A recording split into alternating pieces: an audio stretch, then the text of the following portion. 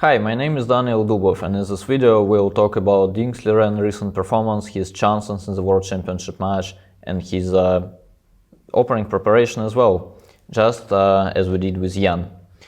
Ding hasn't played too much recently. In fact, his only real tournament this year was the Tata Steel, so as we are not given any more information, we'll look at the games from there. But first of all, let's talk about his performance overall. Clearly, it hasn't been impressive at all. Ding lost a lot of games. Ding finished the tournament in the second part. Ding, the quality of play was not there too. He hasn't been consistent. But there is, if we are looking for good news, there is one positive moment for Ding that I can mention from the Tata Steel. Let's say if we separate all his games into two categories, where the first one is the one where he played his, favorite pet openings, and the second one is the one where he was experimenting, playing random openings, looking for the fight, even in the cases where he didn't need to. Then the results will be sort of inspiring for him, I would say, as most of the games he lost and most of the games where he had troubles happened actually in the second category. As long as he played his main repertoire, or at least what we consider to be his main repertoire, he was more or less okay. So let's look at the games. And the first game we'll look at was played in the first round. Ding won a very, very nice game against Gukesh, and the tournament started brilliantly for him as well. Actually, most of the uninspiring events came later, as normally happens in the Tata Steel. So let's have a look at the game. Ding was black. d4, knight f6, c4, e6, knight f3, b6. Once again, if you need my opinion, it's a guessing game, but I suspect strongly that he is not going to play this Bogo Indian in the World Championship match, as there is, Queen's Gambit declines, there are many solid openings. But in FIDE, Ding was clearly looking for the ways to get the fight, just as Jan did in Düsseldorf. So the opening choice is more or less reasonable. g3, bishop a6, b3, bishop b4 check. And they got this main theory after knight c3, c6, bishop a4, knight b2, d7. This is a very, very topical position where the main move, not the only one, but the main move is, in my opinion, queen d3. Gukesh played c takes d5 here, which is, to me, a little strange. I'm pretty sure there was some point. I don't know what exactly, to be honest. Ding played e takes d5 in the game, which is completely fine. Both knight takes d5 and c takes d5 were decent alternatives as well. I can't believe that Gukesh had some ideas how to get the game in both cases, but in general, black has to be fine. E takes d5 is the most obvious reply. Black is just getting the normal Bogo Indian pawn structure, and he's preparing rook e8 followed by knight f8. Knight e1. Once again, a little bit mysterious play from Gukesh. I'm pretty sure this was most probably planned, you don't play c takes d5 over the board without a prep, and you don't miss e takes d5 at home. I guess on knight e1 was probably some deep, opening idea, which I failed to resolve. This remains mysterious to me. Something like a3 would have been normal, in my opinion. Let's say bishop b7, queen c2, rook e8, b4, b5 is the normal scenario, and then black is normally trying to bring his knight to c4 and play a5 on some of the lines, while white is trying to get e4. This would be more or less normal way to continue the game. But knight to 1 happened. Once again, I don't know why exactly. Rook e8, knight d3, knight f8. Ding's moves are way easier to explain, to be honest. You just play your normal plan with the knight regroupment. Bishop g5, knight e6. Once again, he plays the most obvious move is, if you want to play knight e6, bishop g5 is not a problem. Zenjin likes bishop d6 here, the point being that he kind of likes taking on f6 with the queen, which I don't think is important. So knight e6 was played in the game and it's completely fine. Takes, e3. Now again, black has many options. You can just play something slow like rook c8, but Ding, as he likes, plays as most ambitious moves, and he is looking for the ways to sharpen the game. So knight c5 happened. First of all, knight takes c5 is clearly bad. First of all, if one is hanging, but even b takes c5 followed by c takes d4 would be a very big problem for white. In fact, white is probably just lost. So d takes c5 is more or less forced. Bishop takes c3, rook c1 is more or less forced, and queen f6. Typical Ding, once he's given a chance to seize the initiative, he is very dangerous and he starts to play very well. So queen f6 is a great move, as the queen is protecting c3, also d4 is in there, the rook is coming to d8. Objectively, white is still fine, but to me it's kind of obvious that white is the only side who can be in danger here. Queen c2 happened in the game, which is reasonable. White needs to play something, the knight is pinned, so queen c2 is more or less the only move available. d4, c takes b6, a b6, rook f to d1. The problem with rook f to d1 was probably, in Gukesh's opinion, is that bishop takes d3 is available. Maybe this was the least arrival actually. You just take on d3 and you hope for the opposite colored bishops to, save you the game. But c takes b6, a takes b6, rook f d1 was Gukesh's choice. Rook a to d8. Very natural play from Ding. You just bring all the pieces to the center. E takes d4, bishop takes d4. And once again, objectively, for some reason, white is still okay here, and I will show why. But clearly, in a practical game, it looks tremendously dangerous for white. Like, black has two bishops, he has not even sacrificed a pawn for the moment. The bishops are active, the rooks are on open files, and there is no real positive for white. This is probably white's engine wants bishop takes c6 here. At least if you need to suffer, at least you will suffer for a pawn. And after rook e7, knight f4, rook e5, white has this very important move b4. The point is to get b5 at some point, and then at least you trade the bishops. This bishop on e6 is very important, as it controls the e2 square. So let's say after g5, you cannot play something like, I don't know, knight g2 because of rook e2.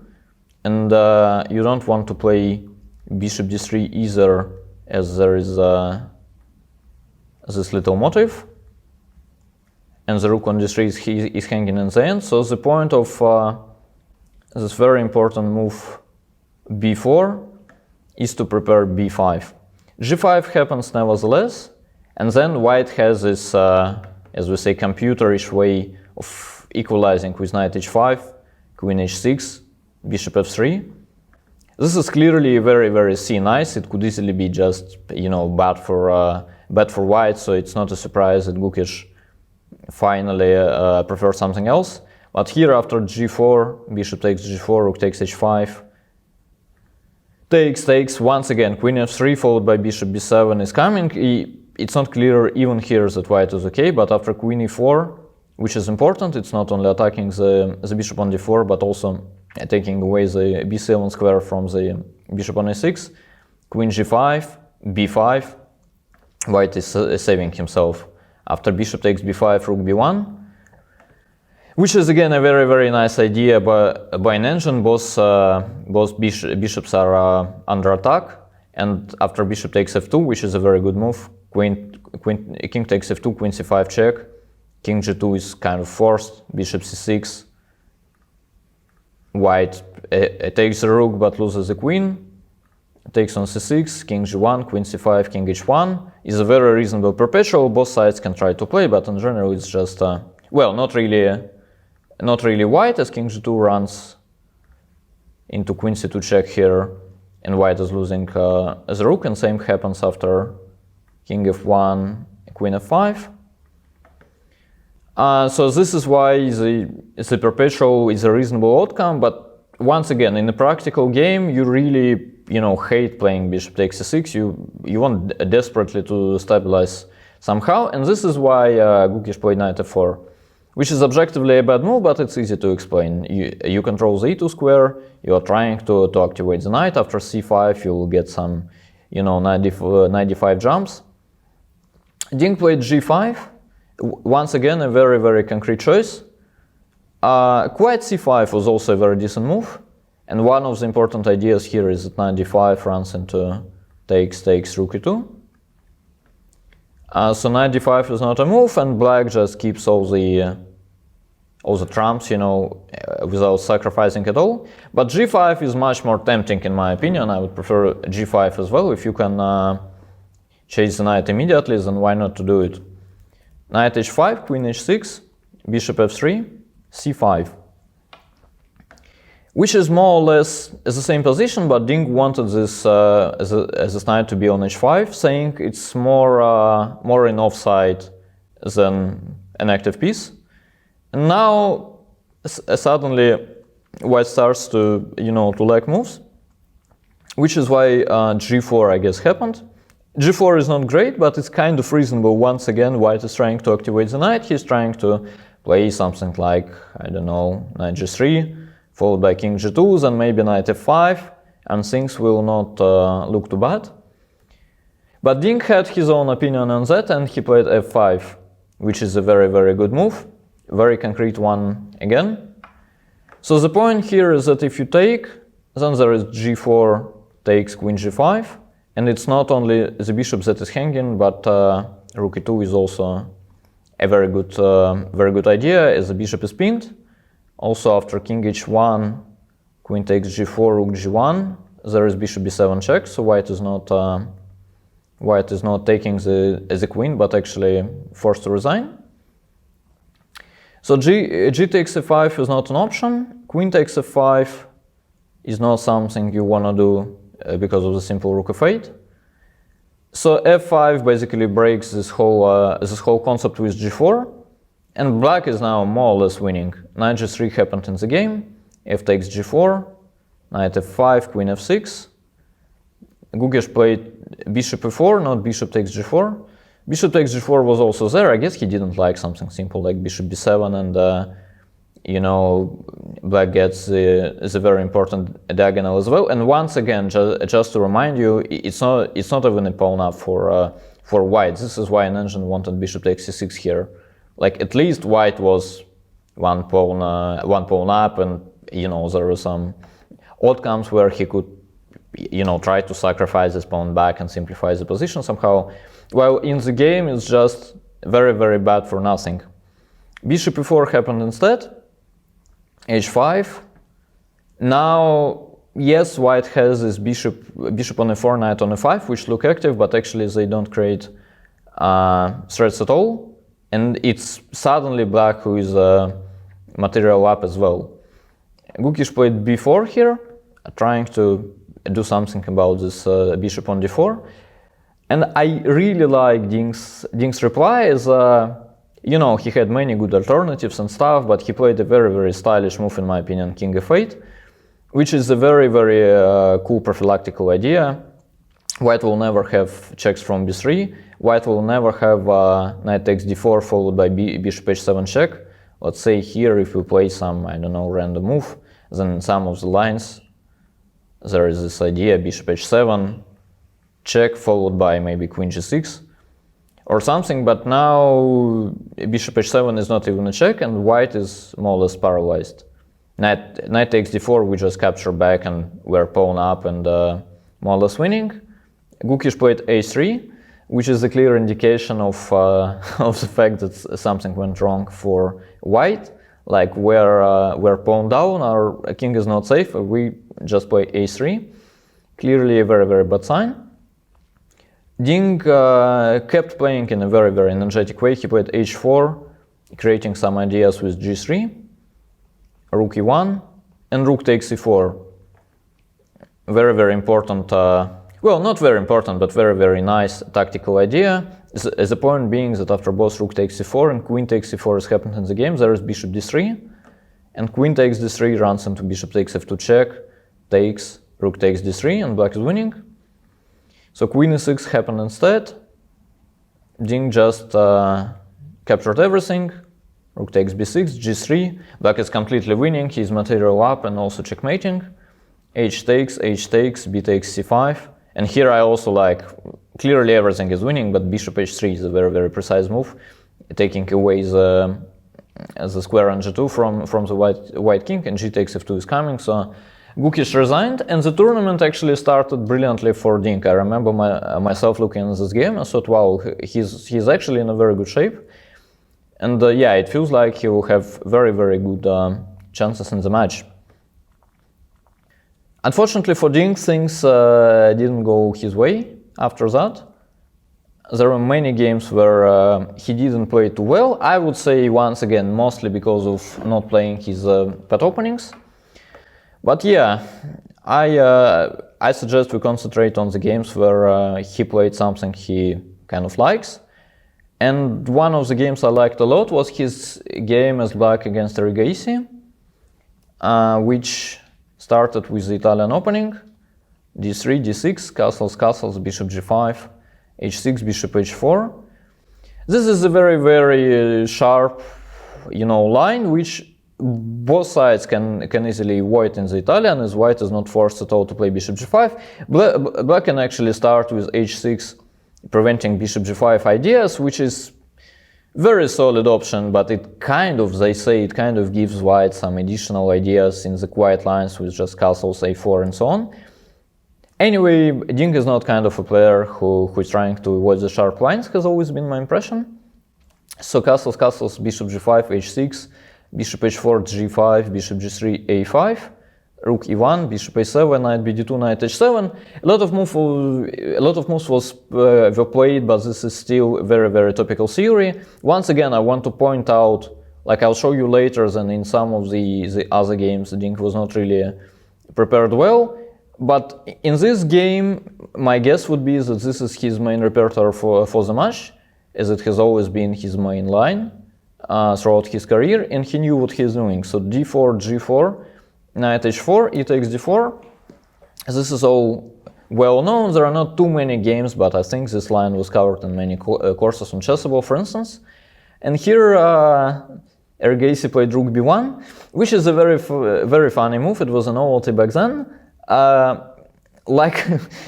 only upside is that it's still 0-0-0, and as you can analyze it, like white has 5 or 6 moves here that keep an equal position. Rook b1, it clearly looks strange, but it kind of makes some sense. White is just trying to prepare for dc-bc, and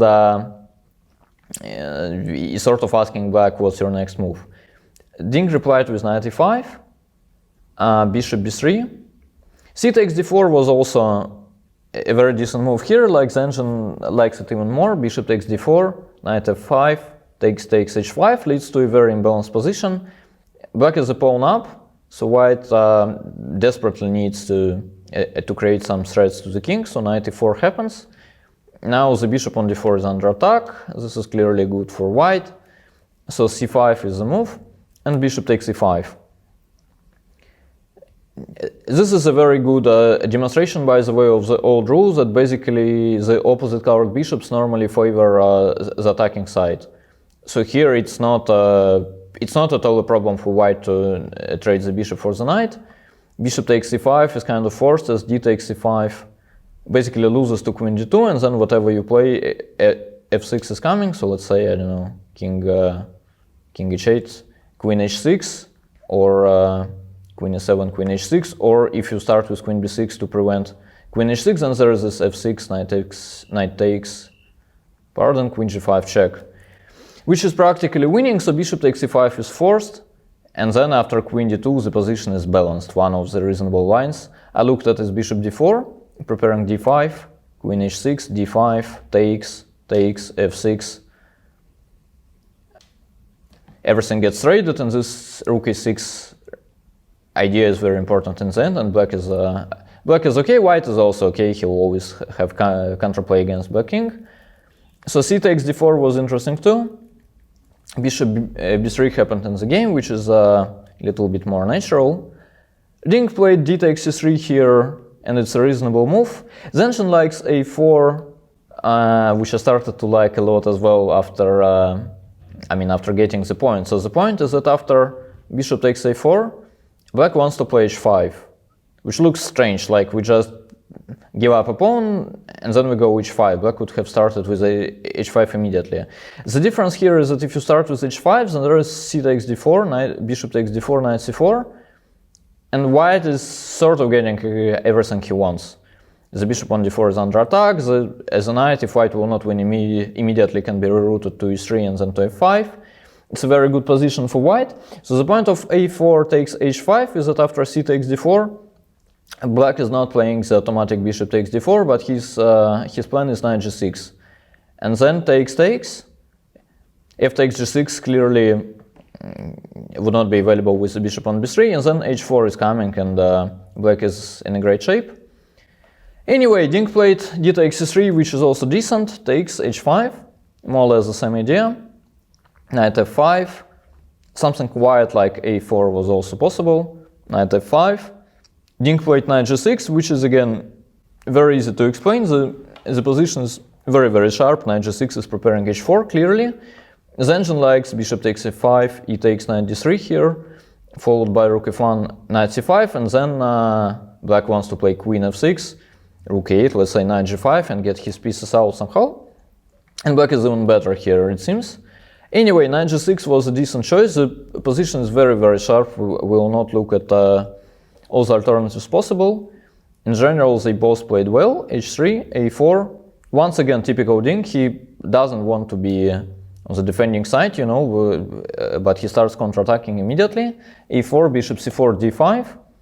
Very stylish, in my opinion, very stylish decision. Once again, just like against Gukesh, he's just trying to get initiative. He doesn't care about pawns. Bishop takes d5. He played bishop takes f5 here, which is more or less automatic, but actually c6 was even better. And then after h takes, bishop c4, b5. White doesn't really want to play something like bishop e2 because of queen g5, so he has to play check and go back. Now bishop takes e5, e takes f5 is clearly good for white, so black just goes back. And as we know, chess is a draw, and the perpetual is the most reasonable outcome. If white plays bishop e2 instead, trying to deviate from the perpetuals, and after queen g5, black is even better. And it's also important that if you start with king h8, you more or less force bishop e2, queen g5, and then white has knight d6, and there is no rook d8, which was as a point with the king on g8. Anyway, this is all sharp. c6 was a decent move, bishop takes f5 is decent too, but now objectively white has some pressure. Takes, h takes g4, knight f6 happened in the game. I mean, again, without an engine, I really like what Ding is doing. He managed to centralize his queen, he's activating his knight, the bishop on e7 is a monster, the king on g1 is not exactly safe. Let's say if you take one day, knight takes h5, this is like almost checkmate already, knight takes g3 is coming, it's very hard to protect f2. So queen c2 happened instead, which is a good move. White is attacking g6, queen f7, also reasonable, as the queen will protect the pawn on g6 from there, and also it's kind of clear that the knight will go from f6, and then the queen on f7 will be attacking f2 as well. Rook takes b7, knight takes g4, knight f3. Knight e4 was objectively a better move here, it seems, and white is slightly better, although it's not a big drama at all.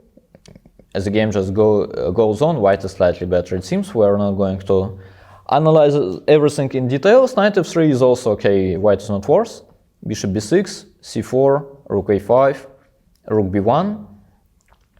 Both are playing reasonably and fighting for initiative, so the main idea of c4 is to play c5, closing the diagonal for the bishop, so this is why rook a5 was played, preventing c5. Now rook b1 creates a threat of rook b1 takes b6, and then c takes b6, rook takes f7, so this is why queen f6 was played. Now there is no c5 anymore, but c7 is hanging, so Sergei c2 on c7, bishop takes f2 check, king h1, rook a5. Once again, I remember myself watching the end of this game, I liked it a lot actually, both played very, very well. So now queen e4 was played, in the mutual time trouble is clearly a very good move. You're centralizing the queen, you're protecting f3 as well. Rook takes f3 happened anyway, and now queen d5 check was a very good spot from Sergei, and we will see why this is so important. So rook f7 happened in the game. But the main idea is that after king h8 there is queen takes f3, queen h4, queen h3, and they both saw this brilliant resource of bishop e1. All of a sudden rook f1 check is a threat, and knight f2 check is also a threat. So let's say if you go here, then knight f2, king h2 takes is just crushing. So it's very, very lucky for white that there is this very important bishop e5 check idea which would not be there with the king on j8. This is why this queen d5 check was crucial. And then black has to take, and let's say rook b8, everything gets traded, and black is not better at all. In fact, the game will just finish in a draw. So Ding played rook f7 instead, and then bishop d8, queen f4, bishop c7 led to a perpetual, and the game finished in a draw here. Once again, a very important line here was rook f5, bishop takes f6, rook takes d5, rook b8, rook f8. Everything gets traded, and rook b4, it's very important for white to capture this a pawn. Now if black takes on d5, then this is just a draw. Black is not even better. This a pawn is way too strong, and it's important that there is no a3 because of rook f4, and the rook is attacking both the knight and the bishop, and there is no bishop d4, there is no bishop h4. White is just winning. So Ding played queen f4 instead, and bishop c7, queen f6 led to a draw. Once again, I think this was a very, very nice and decent game from both. I like the way Ding was playing. And once again, I will insist on this idea, like in his pet openings, he was playing really well. Sometimes still the quality was not, always there, but at least he was fighting for initiative all the way. And, he was Ding we know, sort of. One more game I wanted to show will be a bad one for Ding, I must say. This is his game against Giri with white. Was played in round 9. Ding was probably kind of tired at this point, but still this game was really uninspiring. Started with the right opening, c4, b3, d4, e3, c5, knight e5. It has always been mysterious to me that people keep repeating the same moves in this line. I always thought that in general black has many ways here, but queen c7, f4, knight d7, knight d3, e5, knight e3 is for some reason topical line, and many people looked at it and analyzed it. I think it was also covered in many opening courses. And the conclusion was that after a6 it's very, very sharp, and the position is interesting, but in general black is okay. Ding played bishop b2 here, bishop d6, g4. Which I actually don't know. Ding's opening prep has always been a mystery to me. I played him a lot. I could never figure out, to be honest, when he's well prepared, when he knows nothing, when he, probably from time to time he could mix up the lines. But in general, it's very hard to read the guy. So, I hope he knew that g4 is a bad move. I hope he was just bluffing, but you never know. E takes f4 happened in the game, and g5. And here, knight e8 was played, which is a very, very bad move. And f takes e3 was, close to winning for black. I would say normally you get there by the elimination process. Like if you know your prep is black and you know this is all okay, and after g4 you more or less have to take on f4, and then g5 happens. And then you just think, all right, if I go knight a8, knight takes f4, it's clearly a bit too good for white. The knight is coming to d5, all the pieces are active, so it has to be something else. So f takes e3 is something else, g takes f6, knight takes. And black is actually much better, although, I can understand why it was not obvious to Anish at all. So let's say one of the important lines here goes takes, d takes e3, rook e8, e takes d4, bishop takes a2 check, king h1, and now the only way for black to be really winning is this really impressive sequence of moves: queen g3, queen h5, queen takes d3, queen takes h2. I can once again easily understand that one could just stop here and think, okay, this bishop on b2 will be active after some d5 or d takes c5. White is also material up, rook g1 is coming. I don't like it, I will do something else. But in fact, after rook e2, rook g1, bishop g4, black is in time to win first, sort of. And the most important line here is queen f4, queen g6, bishop h3, just takes, takes, takes. And despite being material down, black is just checkmating after rook a to e8 next, or in some of the lines king g7 followed by rook h8. This was not simple at all. Still, I don't really get how you can play knight a8, as this is obviously a very, very good position for white. Knight takes f4. Now Dings is clearly in the driver's seat. Actually, it's very, very bad for black. It's not even just, you know, slightly worse. Black is actually on the edge of losing already. Bishop takes f4 was the best chance here. But once again, I can understand Anish, you don't want to give up your only good piece as bishop on d6. So he took on e3, d takes e3, played bishop e5, which is reasonable. He's trying to trade something, also prepares knight d6, queen c2, knight d6, rook a to d1, very logical play from both, rook e8, black is developing as well. Now a very nice move, a thematic move I would say from Ding, he played knight b1, which is a very, very good idea. Like the knight on e3 is the only white piece that is missing the action, so he's trying to bring it to d5. a5 happened. a5, I would think, is just a desperado. Clearly, black is preparing rook a6 in some of the lines, but in general, it's kind of clear that, you know, white will get all the squares in the center, and it looks tremendously bad for black. a4 happened. a4 is the first inaccurate move from Ding. I don't really get why he didn't play knight c3. I don't really see what was wrong. Knight c to d5 is coming, and let's say after knight b6, knight d5 takes. At least black managed to trade his bad knight for a decent knight on c3 or f4. Queen d8, bishop takes c5, rook takes c5, h4. White is actually practically winning. Bishop g4, queen c3, rook e6, rook d2, and this is actually just lost for black for some reason, which is not exactly obvious, but it's clear that white is much better. Like you're threatening knight f4 followed by bishop takes b7, the knight on d6 is hanging in all the lines. Sometimes you'll get h5, h6. You have all the central squares, some e4, e5 is also in there. So I don't know why Ding didn't like knight c3, but he played a4 instead, which I don't even get. Like he's trying to stop a5, a4, but a4 was not even on black's agenda, is my impression. Bishop takes b2, queen takes b2, knight e5. Ding played knight c3, which is the most natural move. Zenchen likes queen f2, knight c3, bishop g4. He played rook d5. Once again, rook d2 was a better move, but this is actually a very good example why you need to be really precise playing the top guys, right? Like here, after knight b1, it looks like white is practically winning, but then you play this one inaccurate move a4, and Anish started to get his pieces out. Knight c3, bishop g4. Now rook a to d8 or rook a6 is coming, and now it's not that obvious anymore, I must say. So rook d5, knight f5 happened, and here Ding played a really bad move, rook d2, which is a clear indication of him losing the track. Knight b5 was the move, and then queen e7, queen f2 leads to a very, very imbalanced position after rook a to d8, h3.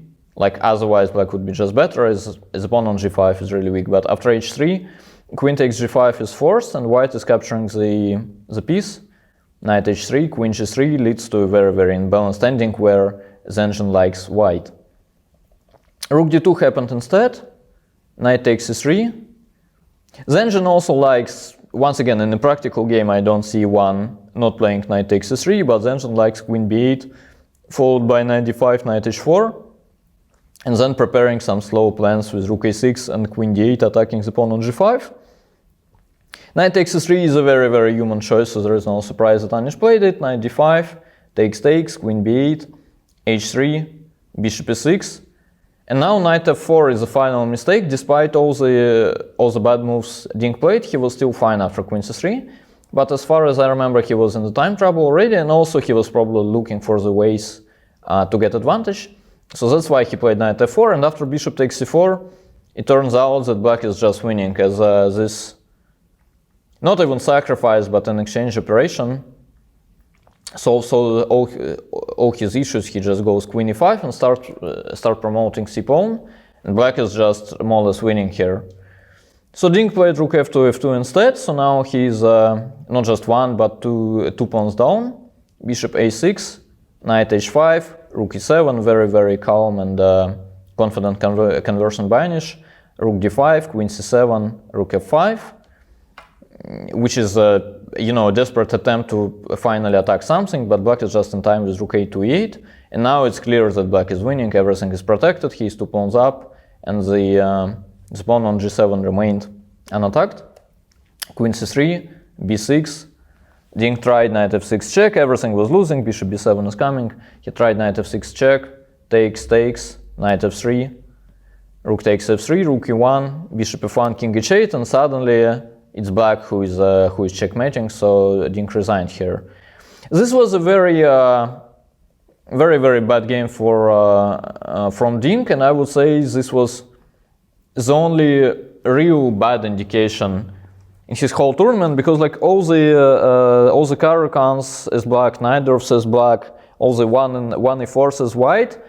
I think we can actually forgive him, but this game was actually very, very strange. Like, he got exactly what he wanted, he got the initiative, he managed to bluff Anish in the opening, and then he more or less collapsed quickly. It could be related to his, I don't know, bad form, could be related to him being tired or something else, but this game is something that, shows that things didn't go well for him as white. I think it's kind of okay to lose some games when you train for the World Championship match. It's okay that, for instance, I'll show you, for instance, against Wesley, he tried Caro-Kann, and my impression is once again that he was more or less freestyling. He probably looked at it a little, but he was much worse here by more or less move 10. And yeah, knight h6, white had many decent alternatives along the way, but also the way Wesley played was fine. b6, queen e2, rook a to e1, is clear that white only has upsides, this pawn on e6 is weak.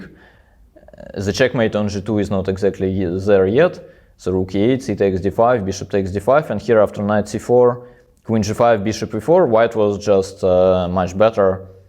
In fact, knight f5 is more or less forced, and then some ending arises where white will play rook takes a5 next, rook a4 followed by rook b4. It's probably a draw, but it would be, I mean, it's not a piece of cake to hold this, especially against Wesley. Or Ding as well tried some Sicilian against Rapport, where he was surprised probably with queen takes d4, and they got some very strange ending straight from the start, more or less, where it started from a very good position for Ding, but he was outplayed eventually. All this stuff I think doesn't really matter, so I would say we should concentrate on the games where we suspect Ding played his main repertoire. And given that I like his game against Gukesh, more or less, I really like his game against Erigaisi, but the game against Anish was rather strange. Anyway, we'll see what Ding prepares for the match, and yeah, see you all in Astana.